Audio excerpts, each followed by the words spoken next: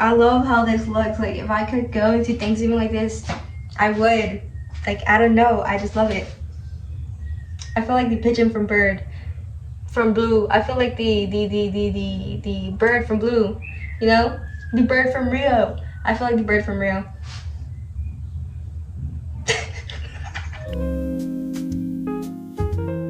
My mom and I cleaned the whole house for since the morning. It's literally 5, and when we finished cleaning the house, she started cooking. And I think she started cooking like at 3. Whenever she makes mole, she begins the night before. She'll cook the chicken, and then she'll make the like rest of it, you know. And so it was a lot easier for her. And her friends are gonna bring the extras like rice, salad, junk food for the kids and all that. When we finished cleaning, I took a little break and I went online and I saw this video about this girl who had gotten into an argument during Thanksgiving with her family. And I had like completely forgotten that looks so bad.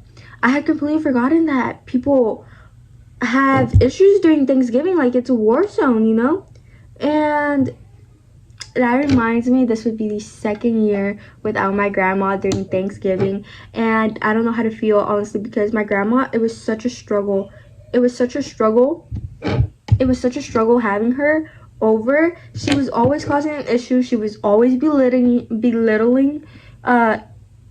the woman in my family, because she was a very sexist woman. She was a very, very sexist woman. Like, I'm not even joking.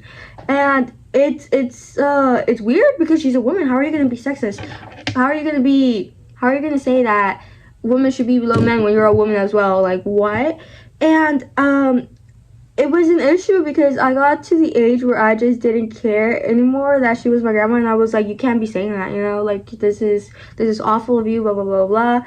And but yeah, I got to the point where I didn't want my grandma to go to my high school graduation. And during that time, she had broken her leg because she got into a car accident and somebody ran her over. I'm not even exaggerating. Somebody literally ran her over, and it broke her leg. And so there was I was taking care of her. I was taking care of her every weekend. I had an NHS thing, and so I had to do community service every weekend. But I took my time out of my weekend to take care of her, because I was like, okay, she's still family, you know, and my mom needs to work, and so I'll take care of her. And I quit my job to take care of her as well. And she did not care at all. She didn't care about me at all. Like, the only thing she cared about was my brother, because my brother is a boy, of course. And you would think that she had sons, but no, she had 3 daughters, and she had always been like this. But throughout the years, it became worse. But besides that, I still took care of her when she needed me to take care of her. I made her the meals. I checked for her blood sugar. I gave her what she needed to take and things like that. And my grandma had done so many awful things to me that I hadn't told my mother, because I know that she's my mother's mother, you know, like I didn't want her to have a bad relationship with her. I mean, her relationship with her was already bad, but I didn't want to worsen it. I didn't want it to be my fault. And so I didn't tell her many things, but it got to a point where I like couldn't take it anymore, and I got into an argument with my grandma, and we cut her off. And we don't speak to her anymore. I feel like I put on concealer, but it doesn't look like I put on concealer, you know what I mean? Like, it doesn't like conceal. Anyways, we don't speak to her at all anymore. We literally cut her off, cut contact and everything, because my mom didn't want to have that type of person with me, around her other children. And so yeah, we cut her off. It's not like we left her completely alone. She has other children that can take care of her, but my mom was the only one who took the time out of her day to care for her, even though my grandma didn't care about her and made it clear that she didn't care about her, because she would take other people's sides instead of taking the side of her own daughter. And during the holidays, it was a lot worse, because she would stay over in my room. She would get drunk and she would say things, and she would comment about my body. And for a while, I had issues with eating since I was a child, and I think part of that is because of her.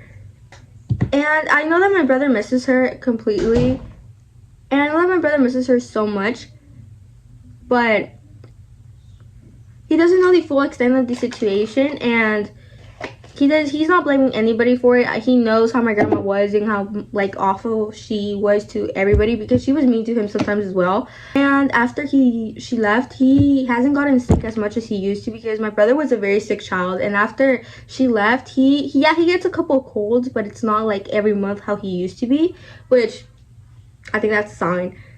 That's a good sign. But yeah, that like I had always been the type of person like, oh, it's family, you know, like can't let family behind, even like no matter what they do. Of course, if they commit a crime, a really bad crime, you gotta leave them behind, if you know what I mean. And so I truly do care about my grandma, and I love her, even though she's the type of person she is. But you have to put yourself first. And I'm glad that my mom was so supportive, my mom, my dad, and my siblings were so supportive that they were able to cut her off and do that for me and as well for them, because they weren't doing well as well. This whole situation with my grandma taught me that it doesn't matter if it's family or not, you put yourself first, because there's gonna be family members that are not gonna care about you, that might seem like they care or whatever, and they don't. There's always that one family that's making little remarks about your body, about your relationship status, about the money, about how the food is not good when it's freaking amazing. And so you ignore them or you talk back to them, either one of them, because sometimes it's not about putting the peace. There's a lot of family members that are like, oh no, let's keep the peace, blah blah blah blah. No, that's why that family member that is being negative, that is really insecure, so it's taking out their insecurities onto somebody else, projecting or whatever. That's why they're acting like that, because nobody is standing up. So you will be the type of person that stands up for yourself and for your family, even if like you feel like it's awkward if you're stepping out of your comfort zone. Go ahead and do that, because they're not going to stop.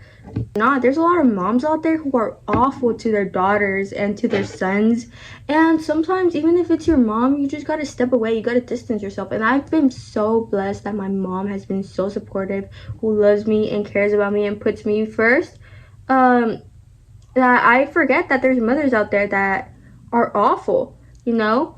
So you take your experience from that and try to be a better person to your family, your like the family you decide to make in the future. And like I said, only respect those who respect you, because you don't know anybody anything unless it's your mother and your mother loves you, you know.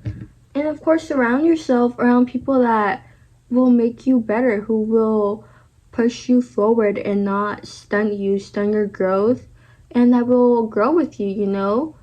Because from the moment I cut off my grandma, and then my family supported me through this whole time, I also had friends that were so supportive of me, who knew the situation and who were open to listen and acknowledge how I felt and how I've been feeling all these years.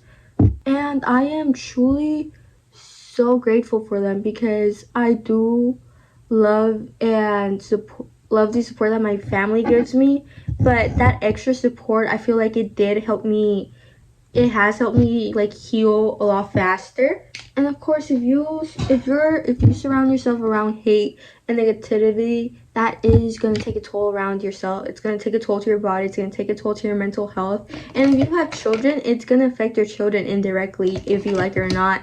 So it's better if you just surround yourself by people who are kind, people who are supportive, and people who are open-minded, because it will affect you so much. Because I am literally so lucky that I have really supportive family members and friends, and I know a lot of people can't say the same thing. And you know, sometimes there's moments where you can get out of that situation, but there's moments where you feel like you can't get out of that situation, but you need to at least mentally distance yourself. Like if you're a child and it's your parents that are making you struggle, you emotionally distance yourself. Do what you need to do is to survive and move out as soon as possible. Be independent. And that independence, it's gonna work so well for you in the future. You're not gonna depend on anybody, but still keep your heart open to finding people that will be like your second family, because I have my nuclear family, which is my mom, my dad, my siblings, and then of course I have my second family, which is my friends, which are always there for me, and I feel like I'm always there for them.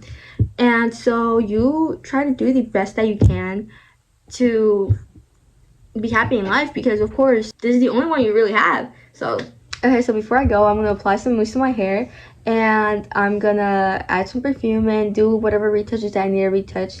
But before I go, like I said, surround yourself by people that care about you and put yourself first, because you have to enjoy life. You only have a limited amount of time on this earth, and you don't really know how much it is. So enjoy it as much as you can while you still can. And this is going to be the end of my Thanksgiving series. I hope y'all enjoyed it. And if you have any suggestions, any comments, anything you'd like to say, any story time about Thanksgiving that you want to tell me or the world, comment down below. And this is going to be the end of my video. Have a happy Thanksgiving.